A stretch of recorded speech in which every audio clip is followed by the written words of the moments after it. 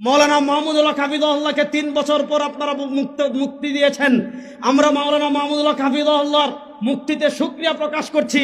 কিন্তু ভালো করে মনে রাখবেন, মৌলানা মাহমুদুল্লাহ হাফিজাহুল্লাহকে মুক্তি দেওয়ার অর্থ এই নয় যে আপনারা মধুখালীর আমার ভাইদের শাহাদতের ঘটনা আমাদেরকে ভুলিয়ে দিবেন। আমরা শাহাদতের দাবি, আমাদের ভাইদের রক্তের দাবি আদায়ের জন্য আমাদের নেতৃবৃন্দ যদি আমাদেরকে নির্দেশনা দেন, আমাদের নেতৃবৃন্দের আনুগত্য চূড়ান্তভাবে প্রকাশ করে আমার ভাইয়ের রক্তের বদলা নেওয়ার জন্য আমরা প্রস্তুত আছি না ইনশাআল্লাহ।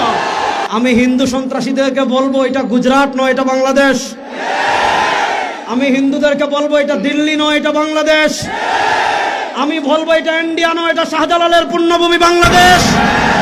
এখানে আপনি আমার ভাইকে পিটিয়ে মারবেন আর পূজার নামে দেশি অস্ত্র আমাদেরকে দেখাবেন।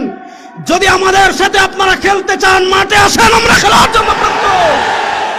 কিন্তু আমার নিরীহ মুসলমানদেরকে যারা ঘন্টার পর ঘন্টা বন্দী রেখে তাদেরকে যারা পিটিয়ে শাহাদাত বরণ করেছে, মনে রাখবেন মুসলমানের রক্ত পান করে পৃথিবীর কেউ নিরাপদ থাকতে পারে নাই, আপনারাও পারবেন না।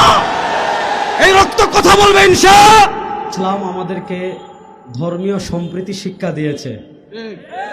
এই ধর্মীয় সম্প্রীতি শিক্ষা দেওয়ার কারণেই আমাদের পাশের রাষ্ট্রে আমরা দেখেছি পৃথিবীর সবচেয়ে বেশি ধর্মীয় সাম্প্রদায়িকতা হলেও আমাদের বাংলাদেশের তাওহীদি জনতা কখনো ধর্মীয় সাম্প্রদায়িকতায় বিশ্বাসী ছিল না, ধর্মীয় সাম্প্রদায়িকতাকে সাপোর্ট করেও না।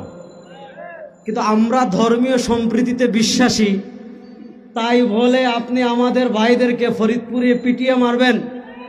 আমি হিন্দু সন্ত্রাসীদেরকে বলবো এটা গুজরাট নয়, এটা বাংলাদেশ। আমি হিন্দুদেরকে বলবো এটা দিল্লি নয়, এটা বাংলাদেশ।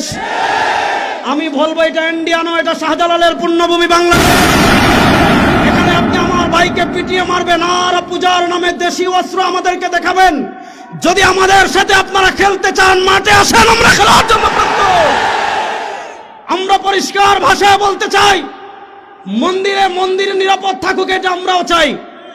মন্দিরে যারা আগুন লাগিয়েছে তাদের বিচারের সম্মুখীন করা হোক, এটা আমরাও চাই। কিন্তু আমার নিরীহ মুসলমানদেরকে যারা ঘন্টার পর ঘন্টা বন্দী রেখে তাদেরকে যারা পিটিয়ে শাহাদাত বরণ করেছে, মনে রাখবেন মুসলমানের রক্ত পান করে পৃথিবীর কেউ নিরাপদ থাকতে পারে নাই, আপনারাও পারবেন না। এই রক্ত কথা বলবে ইনশাআল্লাহ। আমি সর্বশেষ আরেকটা কথা বলে শেষ করছি। বাংলাদেশে আপনারা বিভিন্ন ইস্যু চেঞ্জ করেন, একটাকে ঢাকার জন্য আরেকটা আনেন, আরেকটাকে পিছনে ফেলার জন্য আরেকটা আনেন। মৌলানা মাহমুদুল্লাহ হাফিজাহুল্লাহকে 3 বছর পর আপনারা মুক্তি দিয়েছেন। আমরা মৌলানা মাহমুদুল্লাহ হাফিজাহুল্লাহর মুক্তিতে শুকরিয়া প্রকাশ করছি। কিন্তু ভালো করে মনে রাখবেন, মৌলানা মাহমুদুল্লাহ হাফিজাহুল্লাহকে মুক্তি দেওয়ার অর্থ এই নয় যে আপনারা মধুখালীর আমার ভাইদের শাহাদতের ঘটনা আমাদেরকে ভুলিয়ে দিবেন।